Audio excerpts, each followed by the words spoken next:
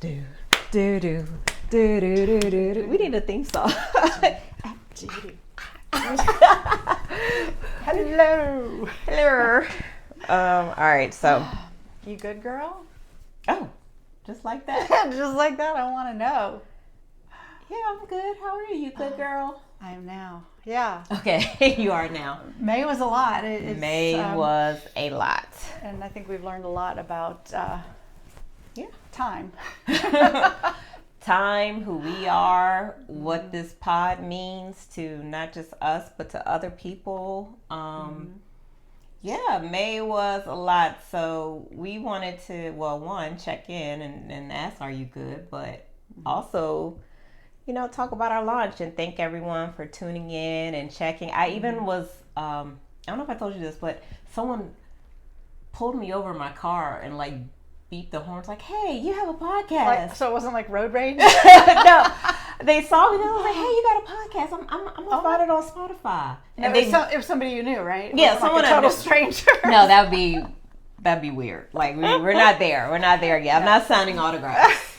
But yeah, someone was like, hey, I'm looking for you. So the feedback has been really, really good, and it's been really exciting to do this. And I even walked in on my mom and dad on YouTube, on TV, just kikiing away at the episode. So that's awesome. It's been fun. Well, what's interesting is we haven't really gone too far in because me and my data girl, the analytics, but what we've peeked into a little bit with what little time we've had to measure, and we're just kind of surprised that it's actually not just people in Richmond that have listened to it.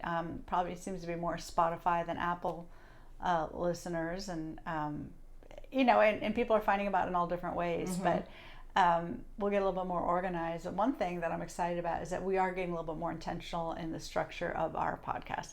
We started out so free for all, do we have something important to talk about? Literally just conversation. So thank you for bearing with us. So if you saw the first couple of ones, you're like, what are they doing? And we didn't know either. We're getting more organized. Yeah, we're really trying to give the people what they want and kind of get back into the swing of how we really want this structured and to go. But it's been fun, figuring out the journey. It has. It totally has. Stressful at times, but fun. Stressful. I had to get a phone with more storage, for example. That was fun.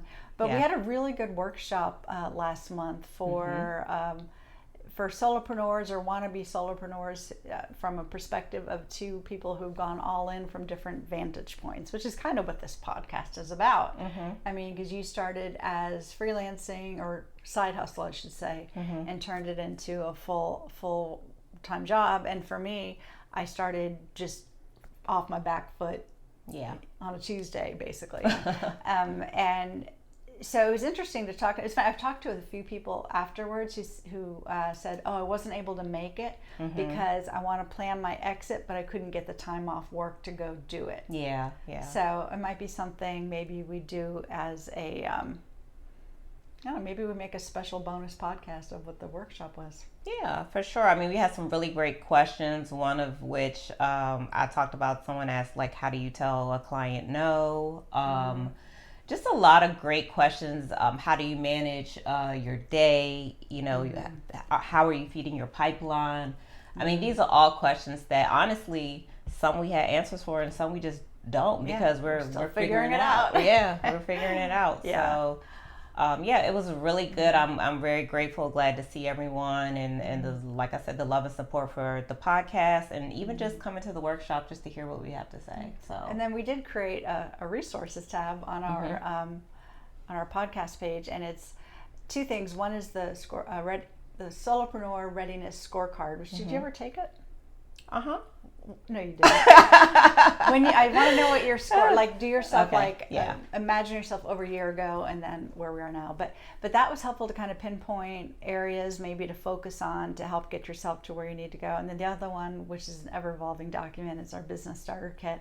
And basically, based on some of the questions that came up in the workshop, we actually keep adding to it. So if you want just a checklist to make sure you're not forgetting anything, if you're actually starting a business, it's really helpful. So you just go to yougoodgirlpodcast.com and there's a resources page, and we'll keep adding resources to it because again, because we're figuring it out. We're still figuring it out, and if we can give back in any way and help somebody else, that's fantastic. Yeah, no, you've definitely created some really good resources there, and even as time, someone asked us a question after the workshop about like insurance for your business and just different things.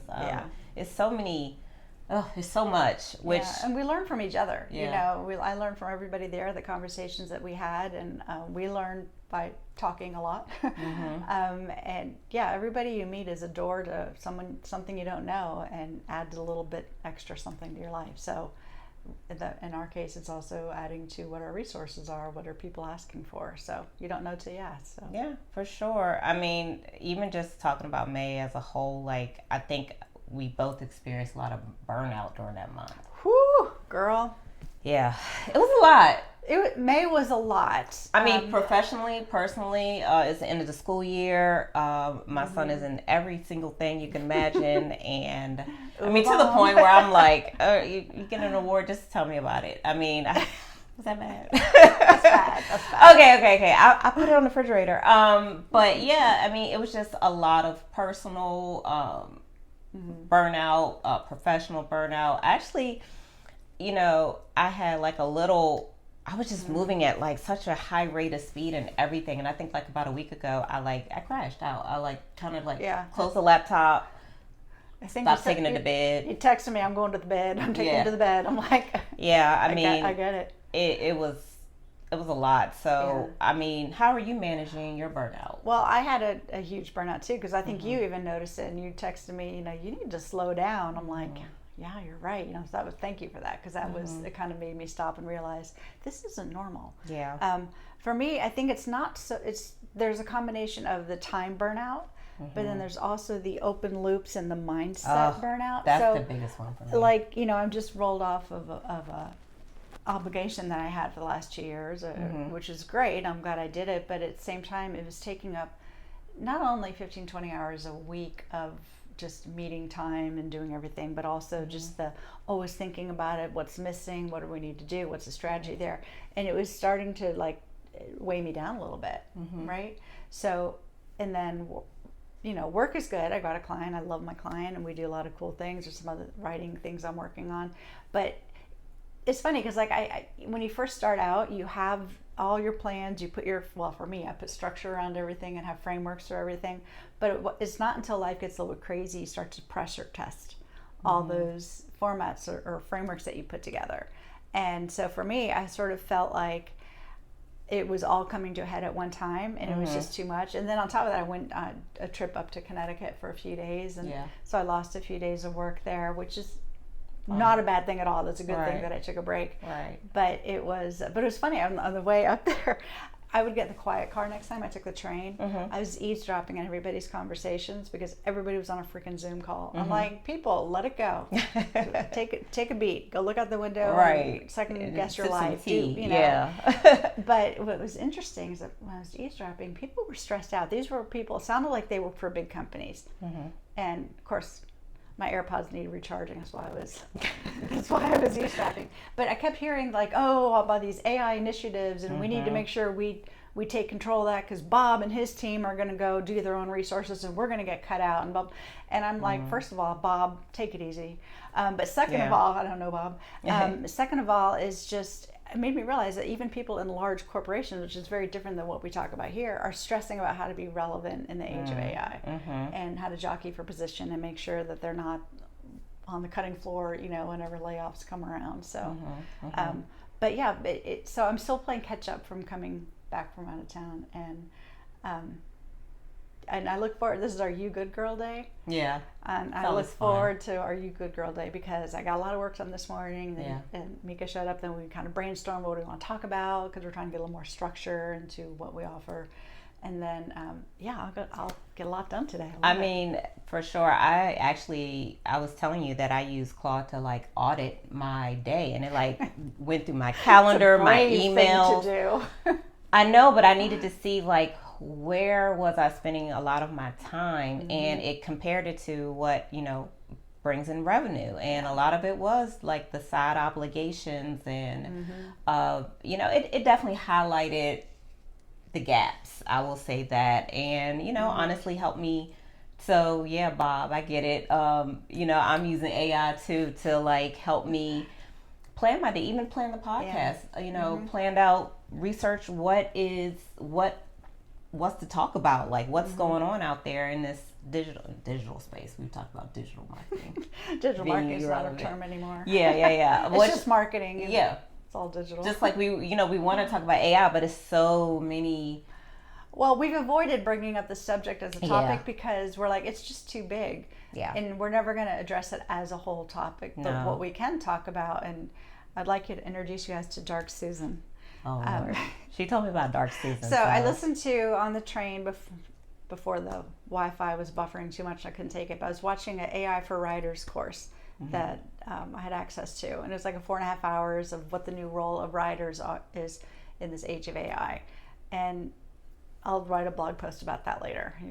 You can read about it. But what really struck me is that AI, when you think about like Chat or Claude, it's really your arguing partner, your sparring partner. Yeah. So there was somebody who spoke in that session that talked about create a digital twin and then use that person to argue with and spar with. And I'm like, I can argue with anything. So because I already do like if you haven't done all caps fighting with your LLM, whether it's Chat or whatever, you haven't fully explored it. But so I introduced to I'm still using ChatGPT, so I said, I'd like you to meet Dark Susan. I said, Dark Susan is going to look for every counter argument and fight everything I'm saying to see where the holes are, where the blinds are. Because at the end of the day, when you're using AI, you're bringing a human bias that you're unaware of. And it's, raise your hand if you've been told how brilliant you are by AI and it just makes you want to use it more. It's a clever thing they do. But I need Dark Susan to step up to the plate and say, that's an interesting idea, but have you thought about this? And you may not be thinking about what's going on over here. So now it's, if I'm going through and I'm chatting, I'm doing this to show you that I'm working with AI. It's a visual. I will say, I'll come up with an idea and I'll be saying, oh, this is great. And I'm like, yeah, what would Dark Susan say? Right. And it's been effective. For sure. I do the same. I haven't created a Dark Mika or anything yet, but I definitely do a lot of pushback. And there's so many misconceptions about AI and how you use it in writing and how you use it in your business. I kind of hate a lot of the narratives that are floating out there about, job replacements, because at the end of the day, it's really a human behavior. Yeah. And you are, sharing your thoughts and going through it, but the best output is really what you put in it. And that's a human piece. You know what I mean? You can't replicate that. You can't. And I use it for like strategy, and I kind of did the same thing. I had a client who, was kind of giving me feedback on the best case scenario of that business. And I said, no. This business is not the best case scenario by Does far. Dark Susan need to tiptoe into that conversation? I really had to go in and say, no. Let's look at it from this perspective. And they were like, yeah, you know what, Mika, you're right. And help me like massage those strategies. But building agents and building how you use your AI and pushing back a lot, I would highly recommend on like how you're utilizing those apps and whichever one you use. And I was just sharing too, like prompting is so important. I was actually telling my son, I was like, I think there's just going to be a whole job of prompting, creating prompts and creating like the best prompts. AI is creating its own prompts, and you were saying earlier. Yeah, I was saying I use it like Inception. Like I use Chat because I don't use Chat as much anymore, but it is my OG and it does know probably the most about me as a whole. Sometimes with Claude, I have to like remind it who I am, which I don't like, but the output outweighs, me having to do that. But I will go to ChatGPT and like say, hey, help me create a prompt for Claude. And then I'll like piggyback them off each other. Sometimes in Claude, I'll say, well, Chat gave me this. Can you do it better? And they're like, yeah, absolutely. I can do it better, and I'm like, okay, see, this is what I want. I want to see sparring. So you got two AIs sparring. Yeah, I'm sparring with two AIs and putting in my feedback and like trying to really get the best case scenario and get the most accurate information. And I think for me, at the end of the day, it's not necessarily about the tools you decided to use. It's the thinking behind it. Absolutely. And the humanity that you bring to it. So it was kind of funny when AI was new. Remember when we used to say, oh, you may not have been alive when the internet was new. It was like a thing. Well, I was alive.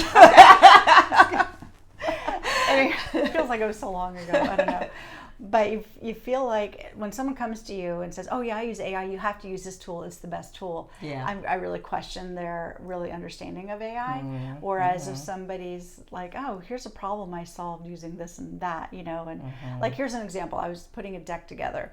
I did all the research and put in big pageless Google Doc thing. I was like going on and on. I did my research. Everything was footnoted. And then I took it into Gamma, which is a great AI tool for creating a slide deck.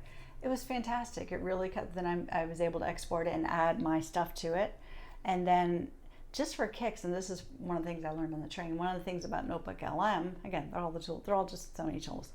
But if you throw something into there, it doesn't have the context that like Claude or Chat has with you. So if you show it something, it's only going to review that one source material, and it'll say, and it'll give you a summary of what it got out of what you shared, so you can find out, what was I on point? Is that the message that I was trying to get across? Right. Then they had a fun little creative video explainer thing, and then I just started playing, and then I had to go to bed. But it was that you get totally carried away with the tools. Yeah, and that's the thinking that matters. Yeah, and that's actually what I was going to say. I think one of the bigger things you can do is do like the free trials and like just try it and see. Like I committed to Notion, right? I committed to it. It's a little love-hate right now, is it not? Yeah, a little bit of a love-hate because it's so free-form. You really have to build it out yourself. But what I've learned is that I actually use Claude to build it out for me, and then I go and massage and I tweak it out and make it like my own. But one of the downsides of like AI or all these different apps that are out there is that I am finding like it's kind of like Netflix, Hulu, Amazon Prime. Like I'm paying for all of these different variations because at the end of the day they really all do something very different. I just added on one more, and we kind of like share like our cost, and it's adding up, and it does add up. Of all the tools that we're utilizing to get the best case scenario. But I'll say there's no all-in-one. And it's different for different people. Yeah, so like we were comparing our MarTech stacks because we're nerds and we do that. But we were looking at, and not everything in my MarTech stack is AI. It's a variety of things. But it depends on the person and the needs and where you're at in your journey as to how much you. Because that's one of the questions I think that does come up is, what is it going to cost me to run a business every month? And that kind of depends on what it is you're trying to do. Yeah. Your client base, like your services. Yeah. Everything, like we don't have the same tools because some things we do a little differently, and also it's really a personal choice, what you decide to use in terms of your tools. But I mean, I would say right now the biggest challenge is every app or tool does like that one thing, but it doesn't do all things, and I'm really, it's just starting to be a little costly. It is, but what's funny is, because again, my word of the year was humanity for this year, which is just, and mine was ease. There you go. So maybe you have to pay for ease. You do. Nothing easy comes free, baby girl. Yeah, maybe I have to pay for ease. But I don't know. You don't have to have everything right at the beginning. No. You can just layer things on as you need them. And remove. And just constantly be editing that list to make sure you're not spending. And same thing with membership fees. We talk about that. Sometimes you're better off, like, think about it, with all the groups that you attend different things for, do you pay for membership for all of them, or do you just kind of a la carte and go where you need to go? So it's finding out what works for you and what makes the most sense. But yeah, AI it's our friend, but I keep an analog. I keep a little foot in the sand here I have my to-do list is actually on a text doc that just stays open on my desktop screen because if the power goes out and we lose AI, I'll still know what I need to do. That's so that funny week. You say that. I mean, at the end of the day, I still have like a notebook. I mean, Oh, and to write something down feels really good. In fact, when I was taking notes on the train from the AI for Writers thing, I was listening to I was writing handout notes, which is hard to read because the train is bumpy. But then when I get home, I put all my notes, I just try to read my writing, and I put everything into like random, and then I throw it into AI saying, help me make sense of everything that I learned, and then it helps me to kind of organize all those thoughts. You know what? I was lazy. I just took a picture of my notes and put it. But you can do that too. If I had good writing, I would do that. Yeah, like I definitely do that sometimes just to kind of capture. In fact, everything. maybe that's the inspiration for me to try to write cleaner. Yeah. Because it's so messy. My writing's terrible. I get it. Yeah. I get that from my father. So I know you were on a train writing. You just launched a new article, right? I did. I've been, and it's funny, we were talking about this earlier. We're the same way. When an article comes out of us, we've been living with it. We've been thinking about it. We've been obsessing over it, dare I say. Yeah. So I was writing about how, in fact, the last 2 articles I wrote were about how marketing is changing, search is changing, AI is changing everything, and what does that mean for if you're creating content? Because every business, it seems to have a need to create content. And what kind of made me start to think about this, and when you look at your Google console to see what keywords you're being found for, what that does is it lets you know how Google is interpreting you. And then that in turn gives you an idea of who it's going to introduce you to. Right. So like I am getting found in AI answers, which is great. But what I'm finding is that it's the thinking behind everything. So it's when you have an article, the point of view is probably the most important thing. So I've developed a whole new set of prompts that helps me find, based on, first of all, I like to look at the data to see what's resonating, what's going on in the world, Google Trends, all that, to see what I should write about, the signals, if you will. But then when I go to actually write it, I want to know what is my point of view, what am I bringing to the table versus just regurgitating AI slop. I want to be able to have something to say, and so that makes it more fun to write. So it helps you. You get your outline, you do your human writing, then you do your editing to make sure it's you're doing all the AEO things, adding FAQs, and we're going from things to strings. It all makes sense, but I'm really excited just about the whole what this means for thinking and for content, and how that can be a competitive advantage, and how when you do create something, you're putting into all these different platforms. Someone may not even come to your website. They may just find you in all these different places, and it all starts to build up, and they connect the dots and like, oh, I'm going to go talk to Susan, I'm going to go talk to Mika. And that's it's a different game. It's a different way to go about content, especially if you're managing content for a company. It's that foundational piece. You have to go a little bit more upstream and get that point of view established. So I totally agree. Like that was kind of the article that I did this month. Mine was more of a reflection because this is my 10-year anniversary month. Yay! Confetti. But yeah, so mine was, what do people always ask? I mean, the first thing every client has ever said was like, I need a website. And I'm like, you do, but that's not all you need. And it's just really a reflective piece. It's really actually more of a case study, lots of stats and stuff in there. So if you get a chance, read it on my website. But yeah, it's a reflective piece on like just saying, I just need a website, because you don't. You need that foundational piece. You need to massage how you're going to be found in these places and spaces. I mean, a website is great, but really that's the last place people are going to look for you. Right. Like at the end, like you said, they've made their decision. At that point, they're like just making sure you check the boxes. Yeah, I mean, and it's still very important. Like because one of the next articles I'm working on is that people aren't coming to your website, and that's okay, because it's still your hub for everything. It's the best hub. Place you can present what your brand is. And then you take the content that you write, like your last article would be perfect to like distribute in different ways in different places, because people start to connect those dots, which means attribution is dead, right? No more, you can't tell how somebody there's no one channel that got somebody there. It's been getting messier and messier over time. But with AI, it's dirty completely dead. Absolutely. Like, I mean, it's just funny how, like, I get it. I mean, I'm here to, like, my goal is to really educate my clients and give them the best case scenario and help them to understand what they truly need. Again, that's why I was saying I created the brand blueprint pre-launch and stuff, because it allows them to really get those pieces in place about how they're going to be found, what message is going to be put out there. I mean, I told you my client, one of my current clients found me via ChatGPT, and it was really them like saying, I want this, and this. and boom. But that's really what I put out there, the messaging that I put out there. So, and I'm always evolving it. I mean, I think we both just said we updated our web pages. I feel like I did that every often. 6 months. It's like, that's not really exactly who I am, because we get to know ourselves and our offerings a little bit better.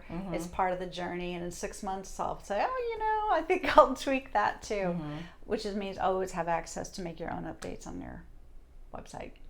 So what do you think, like last May, we talked about May, and it was a lot of burnout. What was maybe your biggest lesson you learned in the month of May? To say no. Woo. That's a people pleaser. That's hard. And learning to say no, I don't have the bandwidth. I think I get so excited about so many things, and I want to get involved in everything. It's like, you can't. And so I felt even though I was kind of burned out, I felt more focused at the same time, because I knew where I needed to go. So that was good. But I think it's learning to say no. I think very similar for me, and not necessarily saying no, but I can't do all things. I mean, I wanted to do a big 10-year campaign and celebration and all the things. She brought cookies today. I mean, at the end of the day, as a solopreneur, I just can't do it all. No, and it's funny, because we talked before, and this is one of the things that we had talked about at the workshop, is, you create like all the things that a business owner needs to do, and there was this whole list, and a lot of it was like kind of not fun. Should we show that here? Yeah, here it is. We'll put it in the show notes. How's that? But there's a reason people outsource bookkeeping as one of their first things, because depending on unless you're an accountant and you love that, but there are certain things I would love to hire somebody to take on certain things, but I'm just not there yet. Yeah, and that's okay. So then it's just a matter. Remember what's it called? The importance versus urgency matrix, Eisenhower matrix or something, that helps you know that there's some things maybe are not urgent and maybe not important, but still kind of have to get done. Yeah. Do those last. Start with what's urgent. Obviously, if it's urgent, important, absolutely. What's the tricky box is the important but not urgent.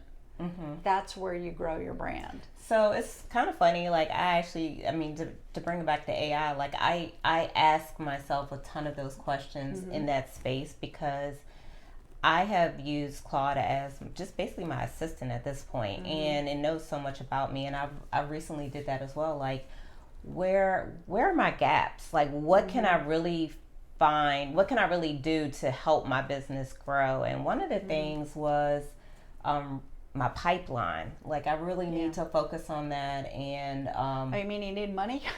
Yeah.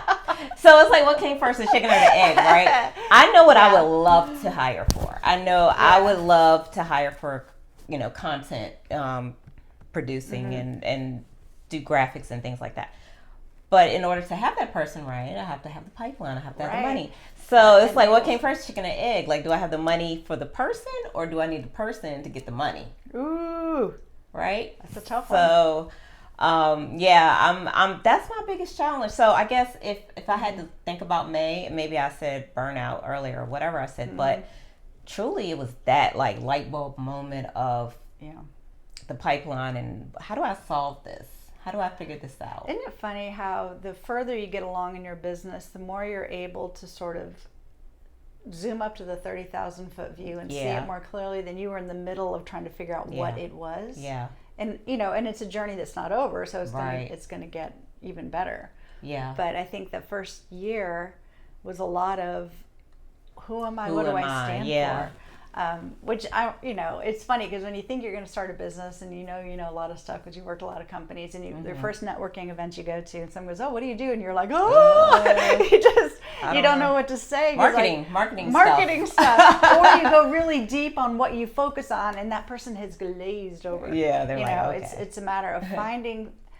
The whole point of those is not necessarily to tell everybody what you do, but to find out what everybody else does, so you can, be of value and of service and connect people. So, it's been challenging. So we're really ending like the first half of the year. So we have to be proud of ourselves. God, we're halfway through. We are halfway through the year. We have launched a podcast. We have done all the things. We should be proud of ourselves, and there's more to come. More to come with you, good girl. Yeah, but definitely. It's funny because you saying the year's about halfway over, and it freaked me out. Is because I was thinking about this. I do my word. Last year, my word of the year was soaring. This year, it's humanity.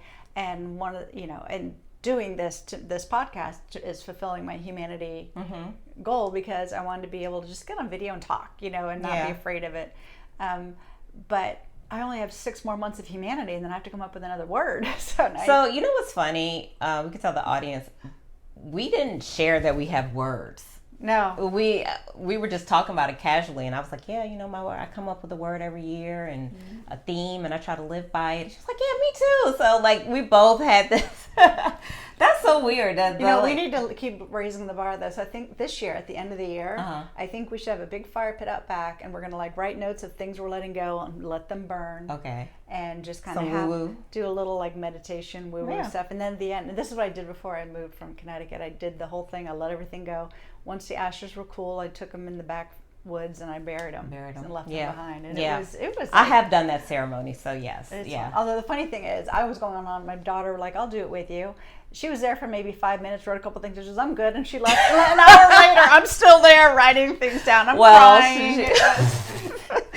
She's young. She don't have it. She'll accumulate more problems later. Right, absolutely. But it felt really good. We should definitely do that. Yeah, for sure. I mean, it feels good to have a word and to really own that word. I've done this several times, and I wouldn't say I always owned it, but I think this year I've honestly, when things get tough, I'm like, wait, is this my word is ease this year? Is that causing me strife? No, I have to let that go. I have really held to. Yeah. Your word being ease kind of we were talking earlier about the empty drawer principle. Like in a home, when you're designing, have one drawer that's empty, because that way your house isn't stuffed to the gills. It's like a feng shui thing, maybe. I don't know. So just always leaving room for opportunity. And I think the same thing comes when we look at our calendar, our time, our energy. If you can operate at like an 85% capacity, that leaves opportunity will find you. Because what happens when you're and this is part of our burnout conversation from last month, if you're at 100% capacity, you don't have time to even observe the opportunities that are around you, and they're there. Yeah. But if you can kind of pull it back a little bit, allow a little bit of a buffer, first of all, you're going to be a little happier, a little easier to be around as a person. But also, you're going to notice these things and have time just to try them out, weigh them, take advantage of them. So I think I need to go home and clean out a drawer. Clean a drawer. I need to probably empty several drawers in my house, to be honest. So that's going to be my homework. I swear, everyone I'm talking to lately is talking about how they're purging stuff right now. Oh, I'm a purge queen. Oh, I love it. Love a good purge. That's why I keep moving. Yeah. But well, see, that's the thing. I haven't moved in so long that I feel. You do. The house next door is for sale. I know. Oh, it's so cute. Oh, I love it over here. It was so cute. Well, thank you, Susan. Thank you, Mika. We're gonna be good. We have a whole half a year to go. So hopefully there's more of us. And we still have half a year to fulfill our word of the years. Yes, absolutely. You guys, you come up with one for next year. Yeah. Trust me, it's valuable. Yeah, I love it. All right. Bye. Hopefully this recorded. My whole time I was like, is this recording?